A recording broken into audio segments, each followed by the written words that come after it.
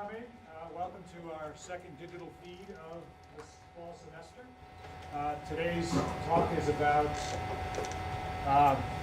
text mining and text analysis from Stéfan Sinclair at McGill University. Doug's going to take it over from here and talk a bit about what's going on. All right, so we're really pleased to have Stéfan Sinclair here with us. He's an associate professor of digital humanities at McGill University and director of the McGill Center for Digital Humanities. He works in the areas of design, development, usage, and as he says, theorization of tools for the digital humanities, especially tools for analysis and visualization. So he's worked on quite a few projects that are familiar to those in the DH world, whether it's Voyant, that he's going to talk about today, his most recent work, but also the Monk project, which I remember from Nebraska a little bit, and some other things. He's really trying to develop these sophisticated scholarly tools that folks can use as part of their research and their communication of their findings. He and his co-author and co-developer, Jeffrey Rockwell, just recently, last fall, published Hermeneutica, which is subtitled Computer-Assisted Interpretation in the Humanities. It's an excellent book. MIT Press, I have my grad students reading it this semester in their digital history seminar. But the way it's set up, there's a theory chapter and then some examples, and then a theory and some examples, and you kind of go back and forth. So you're not just reading about this stuff, you're actually also seeing it in action. So what we've asked Stéfan to do today is to tell us a little bit about the history of the Voyant tool project. It's had some iterations over time, and then give us a sense of what it can do and how it works. So we have a wireless mic for Q&A at the end, so we are recording this for future folks to watch. So if you have a question after his presentation, raise your hand and we'll get to you. But now I'll turn it over to Stéfan Sinclair. Thank you. I heard about 60% of that, so I hope I'm coming better than in the other direction. I can say that lunch looks really good. I wish I were there with you. So there's a bit of an echo too. We'll see if we can deal with it. What I'd like to do is just to say a bit more about. I was asked to talk a bit about the development of Voyant. I'm not sure that it's really that necessary to inflict a whole history of it on you.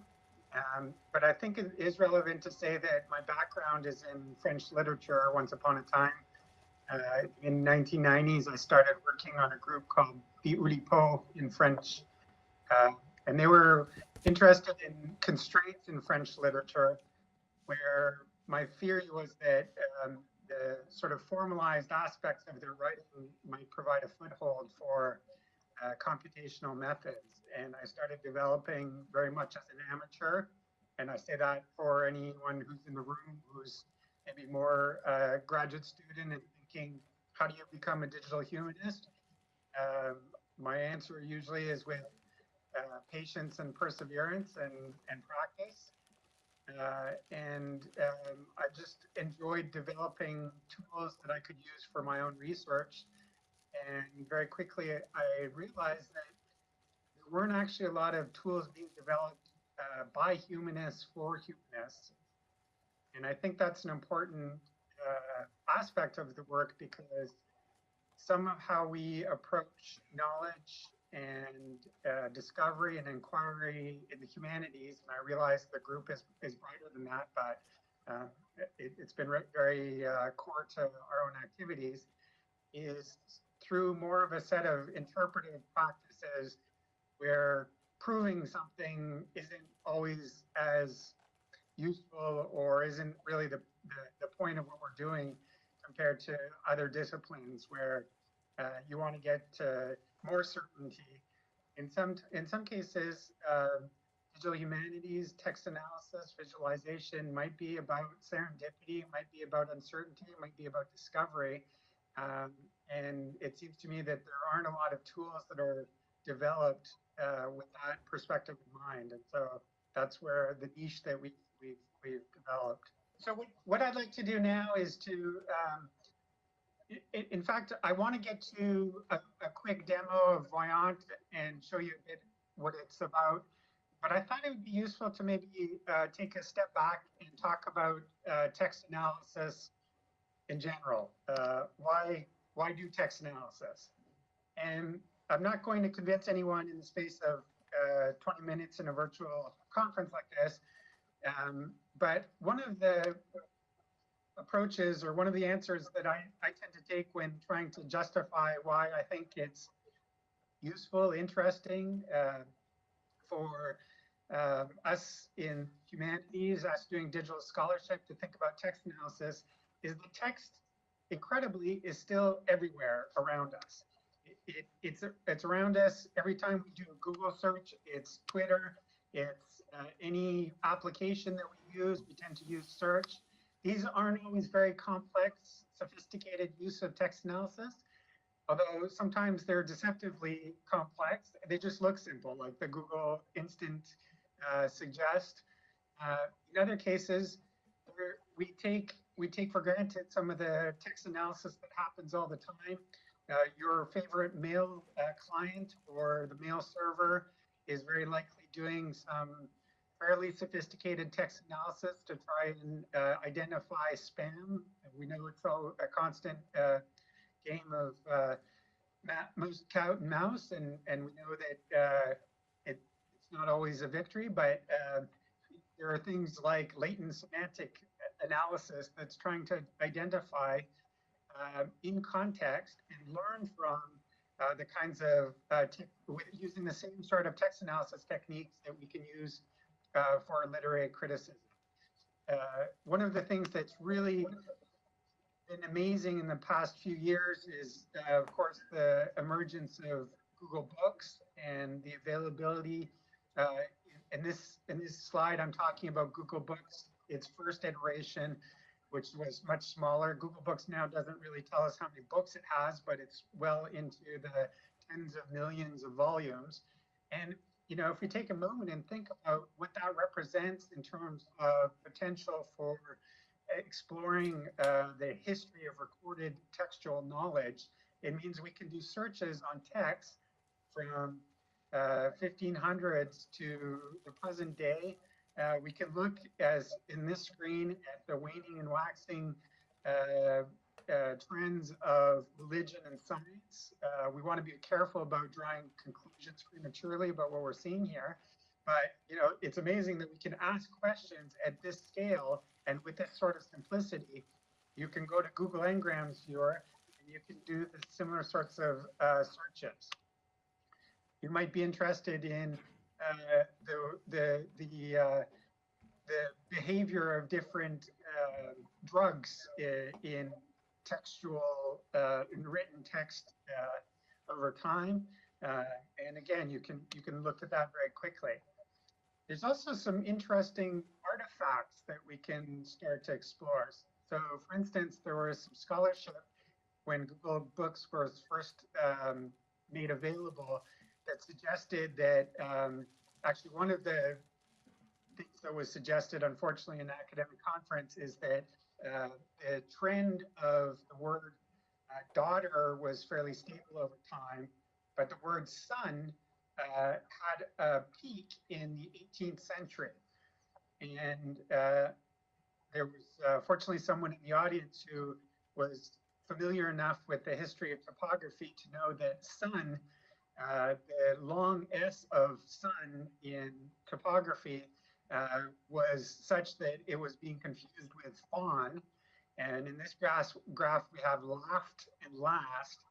And it's an unfortunate error in Google Books in some ways. In other ways, it's a marvelous way to start to explore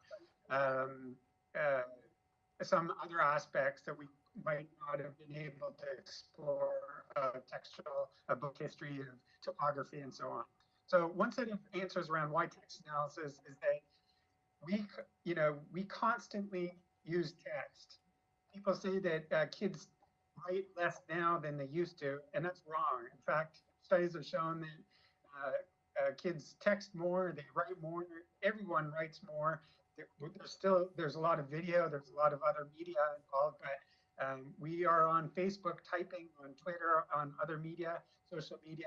There's a lot of text and a lot of knowledge that's discoverable.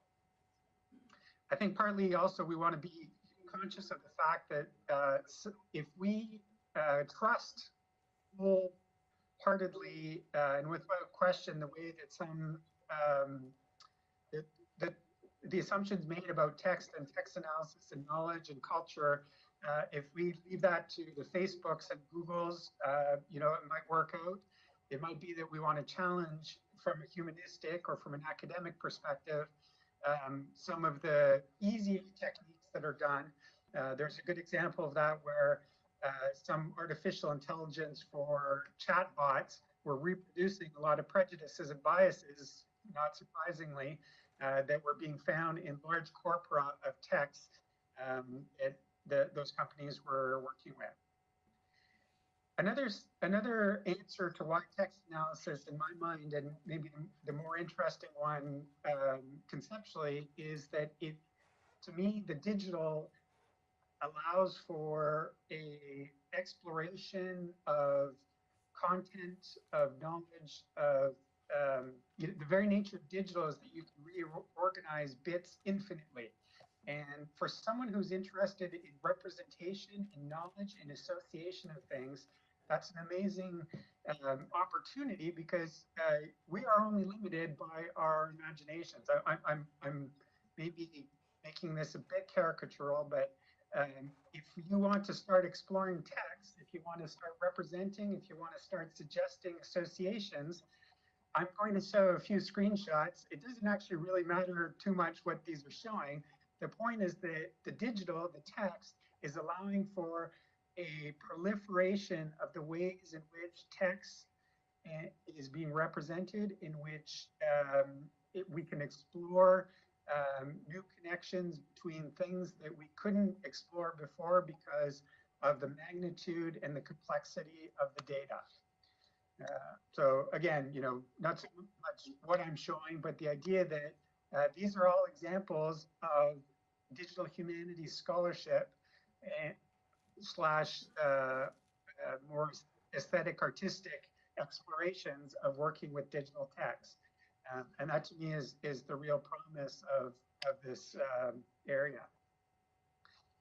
I like to show this as a very simple, you know, we've all seen word clouds. They're simple, they're criticized in all kinds of ways, but they're also very powerful. So this happens to be a comparison of language used for advertising for toys for boys, targeted for boys, and toys targeted for girls. And you don't need a lot of explanation or glossing to get a sense that, you know, the advertising is definitely biased. This is a very quick snapshot. It's very powerful as a way of expressing some kinds of realities that we might want to engage with as scholars. Another example that I like, partly because they happen to use Voyant as part of the work, was a study showing the language that was used to describe NFL recruits according to race. And so, you know, at either conscious or subconscious levels, words like natural and intelligence were being used very differentially by race according to player, and we sort of have to ask if that's corresponding to the natural intelligence of the players or deep-seated biases in our language and our cultures and things that we can engage with in ways that, you know, you can't if you don't have a corpus of write-ups of NFL recruits. Another quick example was following Ferguson. There was some. This was very rewarding, satisfying in a way, because there was a group that created a corpus immediately of some of the tweets, or it could be of other collections, And the point is that these tools are accessible. There's an attempt that's very deliberate to lower the barrier to entry so that you can start working with texts on tools. It may be that you're still using them in very simple ways, but the point is that they're there and available. Here's an example of a colleague who is working similar to the NFL recruits example of biases that might be detectable in student evaluations by gender and by discipline. A great project. I'm going to give a couple of examples of more sort of academic work that's happened. This is Agatha Christie, and we have a colleague who was interested in the onset of dementia later in her career, and he worked a lot on sort of the change in her vocabulary to demonstrate that there was definitely a reduction in her vocabulary that he hypothesized corresponded to the onset of dementia. But also you can imagine this as a potential diagnostic tool if you can come up with if you can follow people's writing and maybe have early detection of dementia. You may recall Robert Galbraith's The Cuckoo's Calling, a book that came out, I don't know, 5 years ago or something, by a mystery author. We have a colleague at Duquesne University who had done a lot of work on authorship attribution, so trying to identify the author of a disputed text or where we don't know who the author is. And he was able to demonstrate pretty conclusively that Robert Galbraith was actually J.K. Rowling. And after his study came out, she recognized that was the case. Another colleague, Matt Jockers and Judy Archer, working on trying to capture what it might mean to have a kind of fingerprint for creating a bestseller. Is there a way that we can algorithmically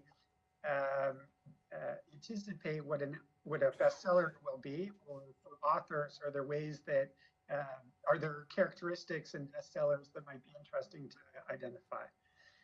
I want to emphasize that I'm giving you sort of a spattering of almost arbitrary examples, but I'm giving you a bit more a sense of both some of the popular ways in which text analysis is used, and also some of the ways in which it's used by digital humanists and literary scholars and others in academia. Okay, so that was my quick and dirty introduction to text analysis generally. Is it worth taking a moment to ask if there are any questions or comments, complaints?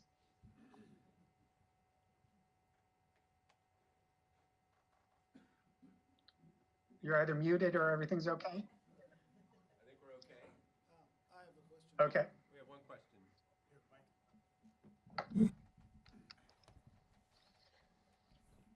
Hi. Can you hear me? He's going to hear you here. So. All right. There you go. Can you hear me? Yes, thank you. All right. Thank you. My question is about other languages that are not English, and maybe even not in Latin characters. Would this system be able to do the same for other languages? I guess that's what I want to know, because I know at least a few people in this room work with texts in other languages. Yeah, that's a great question. And it's something that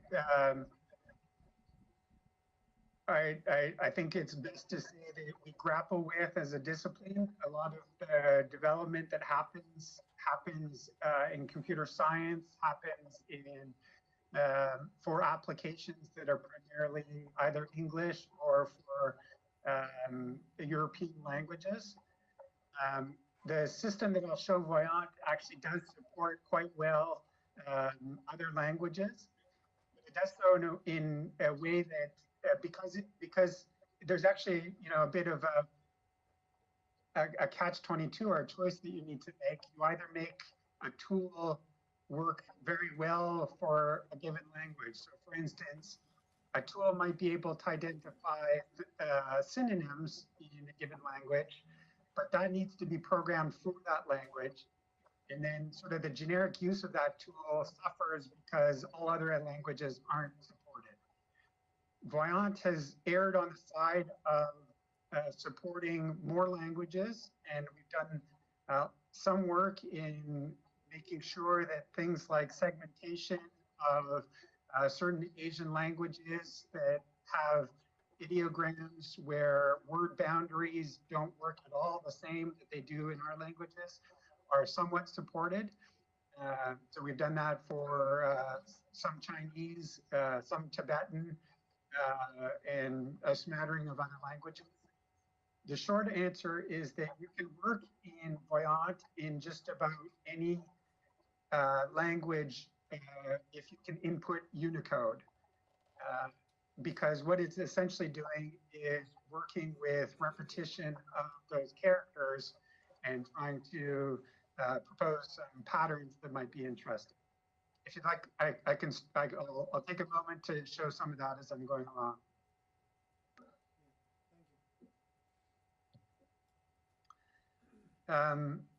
So here's the main screen of Voyant. This happens to be running on my computer because I'm always worried about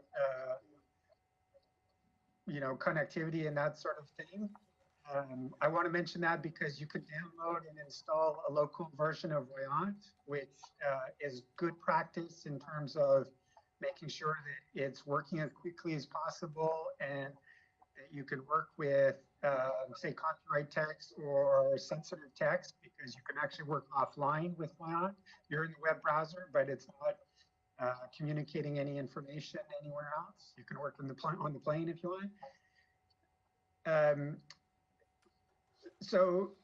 But there's also the convenience, and I recognize this especially in a learning environment, that you can go to voyant-tools.org and you can start working on it there as well.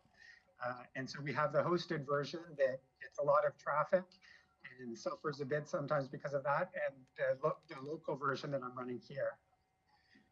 You can see that Voyant starts with a very simple box, almost inspired by Google, where you can I'm downtown where my office is, so sometimes there's sirens. I apologize for that in the background. You can paste in text. You can paste in URLs. You can upload documents in various formats: Word, PDF, XML, HTML, just a lot of different formats.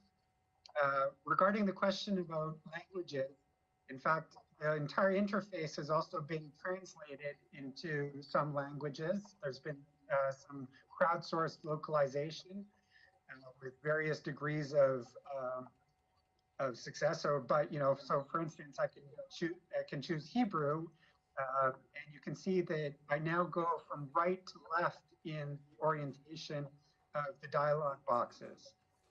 My Hebrew is not so good, and I may actually even, you can see here a problem with getting back to the English, so I'm just going to switch it back manually. And I'm going to open as an example. So Voyant comes with 2 example corpora. So I want to emphasize again, Voyant, you can bring your own text. That's one of its strengths. You can paste text, or better yet, usually upload text. You can create a zip file and upload multiple text. What I want to show you is an example of working with Jane Austen's corpus. There's also Shakespeare's corpus that's preloaded. I choose the corpus and I come to a screen that is sort of the typical Voyant screen that looks like this, that in many ways is busy and overwhelming in some ways, but just requires a bit of exploration, actually a lot of exploration. There's a lot of functionality that's built in that needs to be explored. But you can see that there's an attempt to try and ease you in. So for instance, in the left here, I have the word cloud. That's the word cloud that I showed for the advertising of toys. And I can choose a word. I can choose something like lady or great. And you can see that one of the aspects of Voyant is that it's composed of a set of tools that communicate between them. And so if I hover over something, things happen. If I click on something, things happen. What I have over here now is essentially a distribution graph. Because the texts are in chronological order, they're organized diachronically by the author.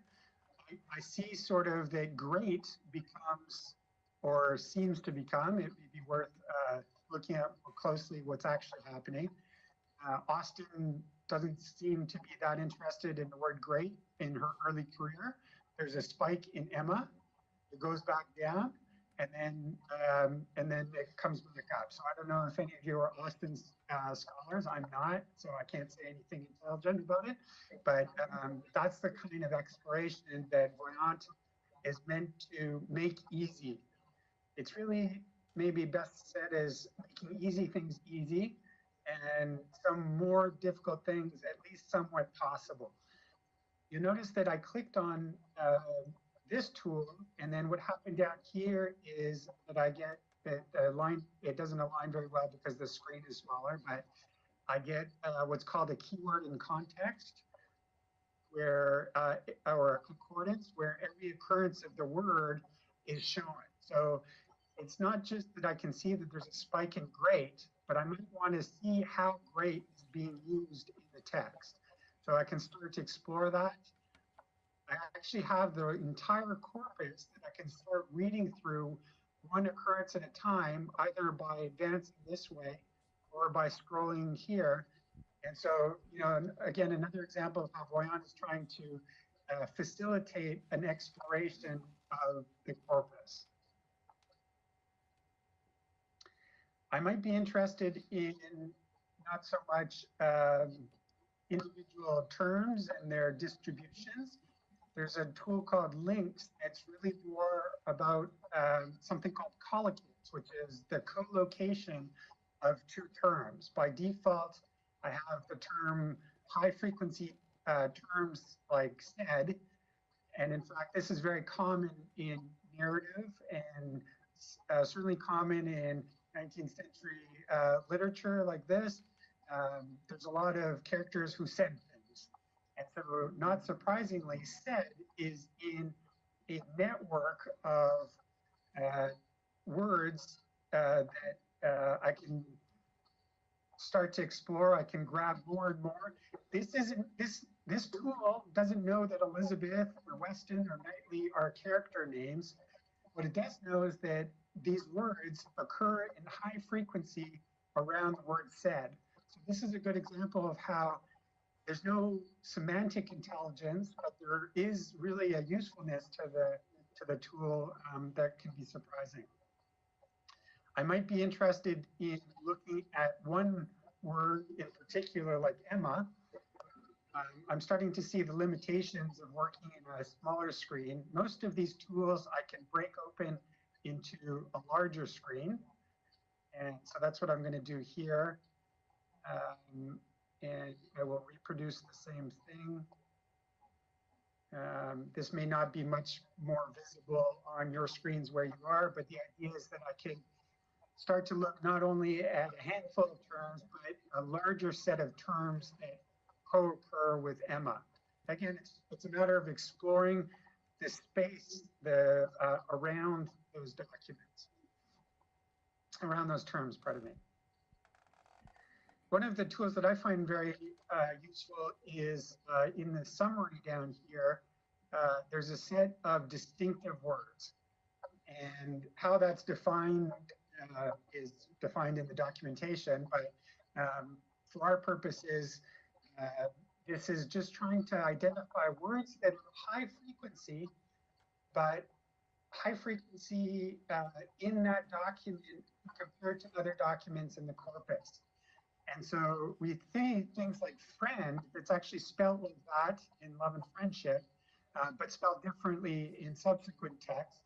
We see a lot of character names as well that are distinctive, as the label suggests, of the different documents. So this again is an example. It's not doing anything intelligent with character names or capitalization. It just knows that these words are fairly representative of each document, and it's a way to start exploring that document space. I'm going to show another tool that is more on the sophisticated side of text analysis. And it's called a correspondence analysis graph. So I hope you get the sense from what I showed before, and I showed maybe 8 of the tools. There's about 20 to 25 of them that are shown in the documentation. Many of them are fairly simple to do one thing, and they interact with other tools. This tool is called correspondence analysis, and I won't go into an in-depth description of it, but what it's trying to do is trying to identify how different terms organized can be clustered compared to certain documents. So the lozenges, these shapes here are in blue are the text. The words are shown around. So Emma, not surprisingly, is clustering, if anything, way over here, but beyond sort of the term Emma. I can actually zoom in here to get a better sense of how certain words, so love, clusters around this set of documents. Now, I want to be careful always about drawing premature conclusions. This is really about exploring it and starting to interpret. And with correspondence analysis in particular, I may be seeing things that are in close proximity, but sort of like stars in the sky. You can have 2 stars beside each other, but in fact, it could be very, very far apart in distance. And so I want to be aware of what the algorithm, well, I want to be aware that what I'm seeing may be showing artifacts that aren't quite what I think I'm interpreting. For that matter, if I go back to the plain old corpus view, and I go back to Cyrus, the word cloud tool, similarly here, I may think that Mr. and Mist are somehow related because they're close by, but I can tell you, because I know how this algorithm works, that it has nothing to do with proximity or any relationship between those 2 terms. It just has an algorithm that's plotting these words. What does have a meaning is the relative size of the terms, and the smaller ones tend to cluster around the outside a bit more.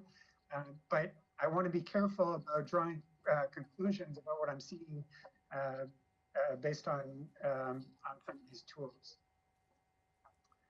I'm going to show 2 other tools quickly that are meant to give you a sense of how Voyant is meant for exploration, for some more sophisticated text analysis, and also in some cases for play. So I don't know if this will work.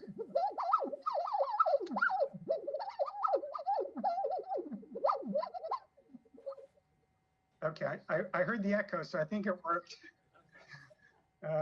What's happening here is that there's the entire text of love and friendship is being read in quotes from start to finish. And whenever a high frequency term is or a term that's higher frequency is being read, it's flashing, but the higher the pitch, the more frequent it is. And so this is a tool that may help to explore. It's about representing the text differently. It's about playing. It's about pleasure of the text. It may be that listening to the text, in a weird way, is also a way of starting to engage with it and starting to develop some interesting contributions to Austin scholarship. Another tool that I like quite a bit is called Textual Arc. So this is actually a re-implementation of a tool from the 1990s that was had a lot of exposure, even though it wasn't a digital humanist. It was a graphic designer, essentially, who had worked with a set of texts, Alice in Wonderland, among others. And if you look at the outside, and you imagine that the entire document, the entire text is plotted from start here around to the end of the document up top. And what's happening is that words are being read. And so if I have a word like bath that I've chosen a bit arbitrarily, there are some occurrences I can see near the beginning. There's one that's about here. I don't know what that is, maybe about a fifth of the way through. And then another one toward the end. So this is a visualization called the weighted centroid, where terms that are near the middle will be, every occurrence of the term is pulling towards the center. And what I'm also seeing is the entire text that's being read from start to finish around the outside. Okay, so I was to give a very rapid, the way I understood it, description of text analysis in Voyant. And I can't get to, I think you're still seeing your screen anyway. So that's essentially what I wanted to show the half hour that you've given me. But I'd be very happy to try and answer any questions you might have. I didn't show working with other languages, but yes, you can enter other documents from other languages as long as they're in Unicode. All right, great. Thank you. So the microphone that he hears us on is on the laptop here. So you either have to stand up and come up or speak really loudly. This is recording for the posterity microphone here. So who has a question for Stéfan?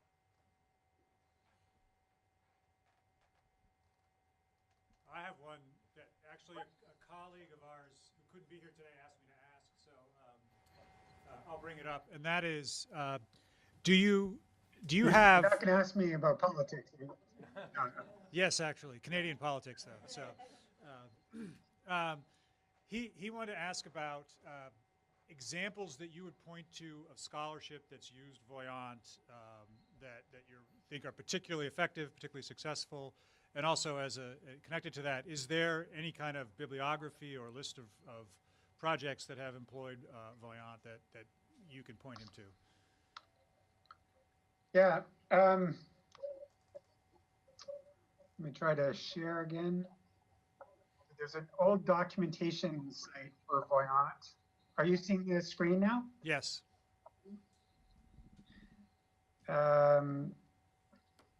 So docs.voyanttools.org, we've compiled, it's pretty out of date. We've added a couple, but it's pretty out of date, of people who've used Voyant, especially for blogs and parts of research for teaching and so on. So this is the first place that I would point people to. There's also course outlines and so on. Though what I would say is that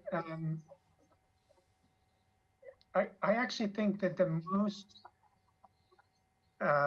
compelling examples of text analysis may not use Voyant, or they use it. They don't use it in ways that end up in scholarship.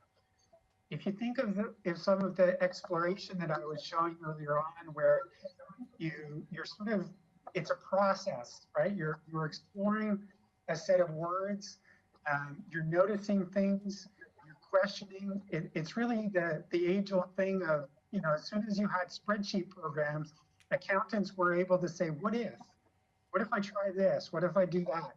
And I see Voyant as similar. It's not so much about people using Voyant to do scholarship where they end up being able to produce a graph that is very suggestive of something and what ends up being plotted in an article or cited somehow. It's more that within the intellectual process of exploration and interpretation, Voyant is a tool. It's sort of like, well, I was going to say it's like Google. That would be presumptuous, but it's like, you know, it's like other research tools that we used, where I actually don't necessarily think that that it's so important that the end results be capture what's happened. It's more important to me, and we know this maybe more anecdotally than through things that I can point to, that the people use it as part of the process. They notice things, they explore things. In some cases, they learn enough about text analysis to realize that they outgrow Voyant, and they start to use other tools. They start to want to use things, do their own things in Python, or use other programs like Orange, or any number of tools that are out there. So it sort of feels like it's not very satisfying as an answer, because there are some examples. I'm actually not that convinced that seeing Voyant show up in final scholarship is true to its nature as a tool that enables exploration and process. That's been my experience. It sent me back to the text to look for new things that I hadn't seen before. So. Which actually harkens back to the earliest days of humanities computing, and one of the cosmology myths that we have around Roberta Bruce's work in the late 1940s, 1950s, developing a concordance. He always sketched out a process where the tool was used to help explore the text or show different things, and the humanist returns, or the reader returns back to the text to reread things. And it's sort of a virtuous hermeneutic circle, which of course is part of the inspiration for the book that we wrote on hermeneutica. Yeah, and I think in the book as well, you sort of claim that this is a new way to read texts. I mean, it's a way to investigate and it's transforming the way we encounter what we consider to be texts in a fixed form, making them more dynamic and more, foregrounding the inquiry process. And so I think that's a really great way to put it, as an essential part of your research, as an essential part of your process of discovery. Another question, which I think you kind of answered by explaining at the beginning, that there is a version you can download onto your own local machine, might solve this question. Someone asked about what if you have texts that have some privacy issues? Let's say they're oral histories, and you wouldn't want to put them on the web platform, which I understand you have a statement in there about privacy that says that they're kept for a few sessions, or I don't know how long exactly. Maybe you could explain to us how that works, and why you might want to work on the local version if you did have privacy issues. Yeah. Well, if you do have privacy issues or even copyright issues, I do think it's wise and usually pain-free to run a local version. You need Java 8 or higher installed on your machine, but after that, it's sort of just double-clicking on an application and it launches for you. In the documentation that I've opened up on the screen, that's probably illegible, but let me point to it anyway. In the section creating a corpus, there's a subsection on access management, and when you create a corpus, when you upload it to the hosted version of Voyant or even your local machine, there's a code that's generated. It's a 32-character code that it would it is this many possibilities. I don't know if that's legible, but in order to guess that URL, you'd have to be pretty lucky. So what we tend to tell people is that for most purposes, don't worry too much about people stumbling onto your corpus. Though if there are legal implications or privacy or ethical implications that go beyond sort of the just the legal things, then we do sort of recommend that you try the local version. Um, for the hosted version, we tend to tell people that we will host a corpus at least a month since the last time that it's been accessed. And it's not because we enjoy it's not because we want to keep your text. It's because Voyant is meant as part of a scholarly ecosystem where you can create a new corpus and then you can share that URL with colleagues and students or whomever, and and you want that to persist. So it's for the persistence that we have that functionality of keeping the corpus. We tell people that after a month, sometimes we clean things out. I will let you in on a little secret. I haven't cleaned out the back end in well over a year, except in cases where people have created a corpus and asked me to remove it. I'm happy to do that. I'd rather you create a local version and use that. But if you do sort of create a hosted version and you'd like me to take it off, I can do that as well.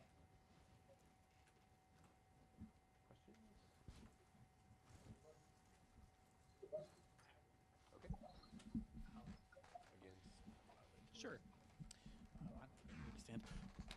I'm sorry, I had a question regarding, is there a way to maybe filter elements of the corpus that you upload to say omit these words or omit the series of words, and do you use like quotes for a phrase that you want to omit or something like that? So I think the question was about processing. Stop words.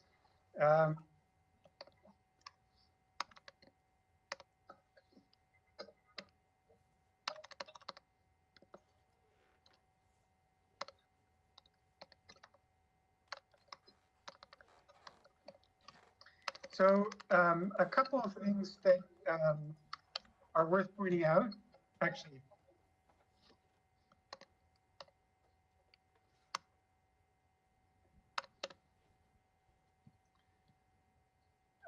One is that when you create your corpus, when you upload it, there's a pretty significant set of options for processing the text before you do so. And it depends on the format. It's good to know that once you create the corpus, it's sort of there as you've created it. You can apply stop words and you can edit stop words, and I'll show that in a moment. But in other cases, like XML, you might want to define XPath queries that say, only take this part of the document, or consider this the title or author. We even have some treatment for MS Word files where you can use columns or you can use different cells as your corpus. You can define if those become, each cell becomes a document, or each row becomes a document, or each column becomes a document. You can also define, so if you're working with a Project Gutenberg text, you could say, omit anything that happens before the license or after the license, etc. So those are all ways in which you can determine what is ingested as the text in Voyant. In Voyant, once you ingest a corpus, there's the idea that all of the words that are kept are there, but some words are stop words. They're not that it's not that they're removed from the document. It's that in individual tools, they're not shown. So even in Cyrus, for instance, in any English text, you'd expect the to be the most common word. If I remove the stop word list by saying, I don't want a stop word list, and I reload the document, now I have function words like and, the, of, etc. And of course, this is language dependent. I can use one of the existing words or word lists, or I can even add my own. So let's say that I want to remove said from the stop word list. I can save it. I can apply to all tools or just the current tool and confirm it. And when this reloads, or it's supposed to reload, I started using the hosted version by accident. Let's see if this works. This is why live demonstrations are never such a good idea. Anyway, so you saw the basic process of being able to edit the word list. You can go in and see what words are there. Let me just give one more try at saving this list and see if it works.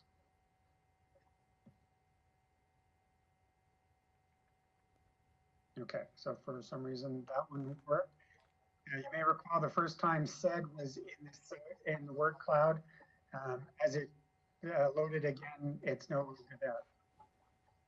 So that's removing stop words from individual tools, but they're still indexed and they're still accessible if you want them.